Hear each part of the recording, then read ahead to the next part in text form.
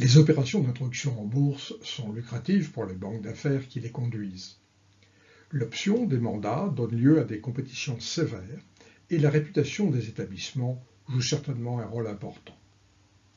Cooney, Madurera, Singh et Young s'intéressent dans un article publié dans le Journal of Corporate Finance à un aspect complémentaire. En quoi les relations sociales qui préexistent entre les dirigeants des firmes introduites et ceux des banques affectent les choix des partenaires en question. Le fait de se connaître peut faciliter l'approche et limiter les efforts de recherche. Dans ce cas, c'est la simple conséquence d'une familiarité plus grande. Le fait de se connaître permet aussi d'entrer dans des relations d'affaires plus complexes et de trouver des solutions plus favorables aux deux parties. Dans un véritable donnant-donnant. L'intérêt de cet article est d'apporter un éclairage sur cette question et de fournir les éléments empiriques soutenant la deuxième hypothèse. Plus précisément, Cooney, Madurera, Singh et Young s'attachent à répondre à 5 questions. D'abord, les relations sociales influent-elles sur les modalités de l'opération? Choix des banques, allocation des titres entre établissements et niveau de la décote initiale. Ensuite, cette relation obéit-elle à une logique de donnant-donnant? Les banques obtiennent-elles une rémunération plus élevée? Et en contrepartie, les actionnaires vendeurs bénéficient-ils d'une meilleure valorisation de leur patrimoine? Pour répondre à ces questions, les auteurs ont eu recours à un très grand nombre de bases de données. Bordex, pour connaître les relations à travers les CV. Thomson Financial SDC, pour identifier les IPO. CRSP et CompuStat, pour les données financières. Mais aussi Dealscan ou iBoss, pour mieux cerner les environnements financiers, relations de crédit, ou suivi des analystes. Au total, ils ont recensé 1530 introductions en bourse, réalisées aux États-Unis entre 2000 et 2009. La taille moyenne d'une opération est de 239 millions de dollars. 44% impliquaient des capital risqueurs venture capitalistes. 26% des firmes technologiques. La décote moyenne était de 22% et le float sur le marché de 32%. Pour construire une mesure des relations sociales, les auteurs ont d'abord identifié les liens sociaux avérés entre les cadres dirigeants des firmes et des banques introductrices.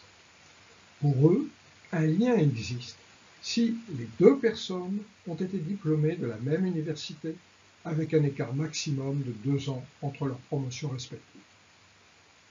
Il existe aussi, deuxième possibilité, un lien si elles ont travaillé dans la même société tierce au cours des 5 années précédant l'IPO. Une fois les liens sociaux avérés identifiés, les auteurs construisent une variable indicatrice pour une paire firme-banque qui vaut 1 quand un lien social existe entre au moins un dirigeant ou administrateur de la firme et un cadre dirigeant de la banque. Pour mesurer les relations sociales entre banques, ils recourent à la même méthode. Nous ne détaillerons pas ici les méthodologies économétriques utilisées par Cooney, Madurera, Singh et Young. Pour l'essentiel, il s'agit d'estimations de divers modèles de régression, où ces auteurs s'emploient à mettre en évidence les effets des relations sociales en tenant compte d'ensembles variés de contrôles. Nous allons simplement commenter dans ce qui suit l'essentiel de leurs résultats. La première interrogation concerne le choix des banques. En fait, il y a 2 questions. Une banque fera-t-elle partie ou non du syndicat? Et surtout, quelle place va-t-elle obtenir? En effet, il vaut mieux pour une banque être choisie comme book manager ou encore co-manager, car les actions allouées leur sont principalement réservées. Par exemple, collectivement, les book managers obtiennent près de 58% des titres offerts. Parmi les très nombreux résultats fournis par les auteurs, nous avons choisi, parce qu'ils sont les plus représentatifs, les effets des relations sociales sur 3 probabilités. Celle d'être choisi comme book manager la banque et la firme ont déjà une relation de fusion, qui passe de 6,7% à 9,5%, soit une augmentation de 42%. Celle d'être choisi comme co-manager, qui passe de 4,7% à 5,5%, et enfin celle de simple membre du syndicat, qui passe de 2,7% à 4,1%. Dans les trois cas, l'effet est bien significatif. La conséquence est évidente concernant l'allocation des titres. Quand une relation sociale existe, le nombre d'actions allouées s'accroît de près de 26%. Pour les banques sans rôle de gestion, l'effet est plus faible, 8,3%, mais si elles entretiennent des liens sociaux avec les book managers ou les co-managers, alors un effet supplémentaire de l'ordre de 3% apparaît. Le réseau des liens sociaux joue donc pleinement ses effets. Le niveau de la décote initiale est une des caractéristiques importantes d'une introduction en bourse. Le problème est qu'ici l'effet attendu des relations sociales est ambigu. Une décote élevée marque le succès de l'opération, fort intérêt suscité auprès des investisseurs, et est recherché par les banques, A priori, les deux parties doivent rechercher ce succès.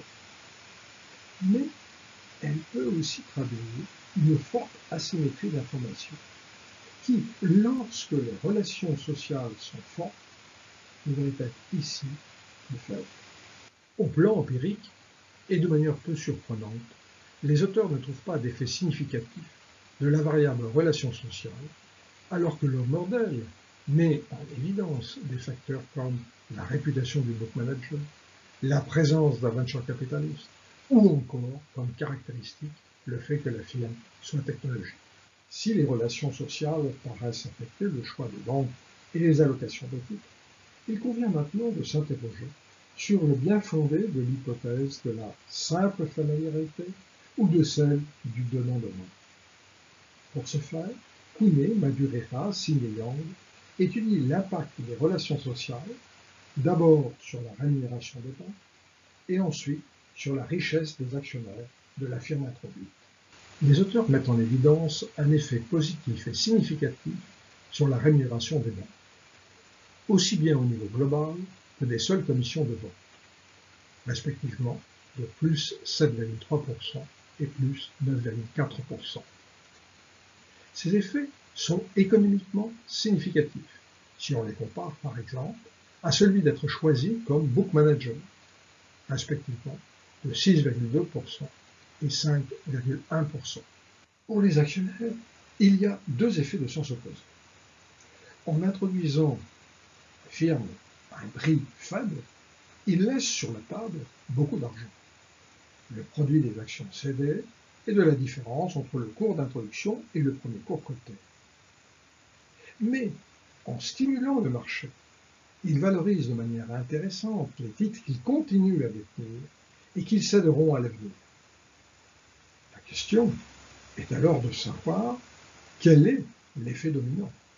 Kounet, Madureira, Singh et Yang montrent que la probabilité que la valorisation des actions conservées excède l'argent laissé sur la table est positivement affectée par la présence de relations sociales. L'effet mesuré est ici très significatif et de l'ordre de 37%.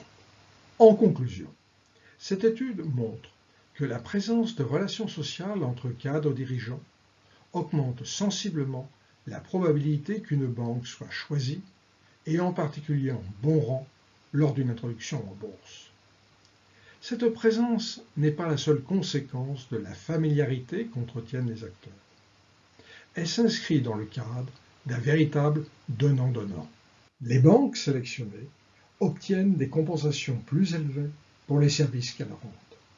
Mais les actionnaires de la société introduite y trouvent aussi leur avantage.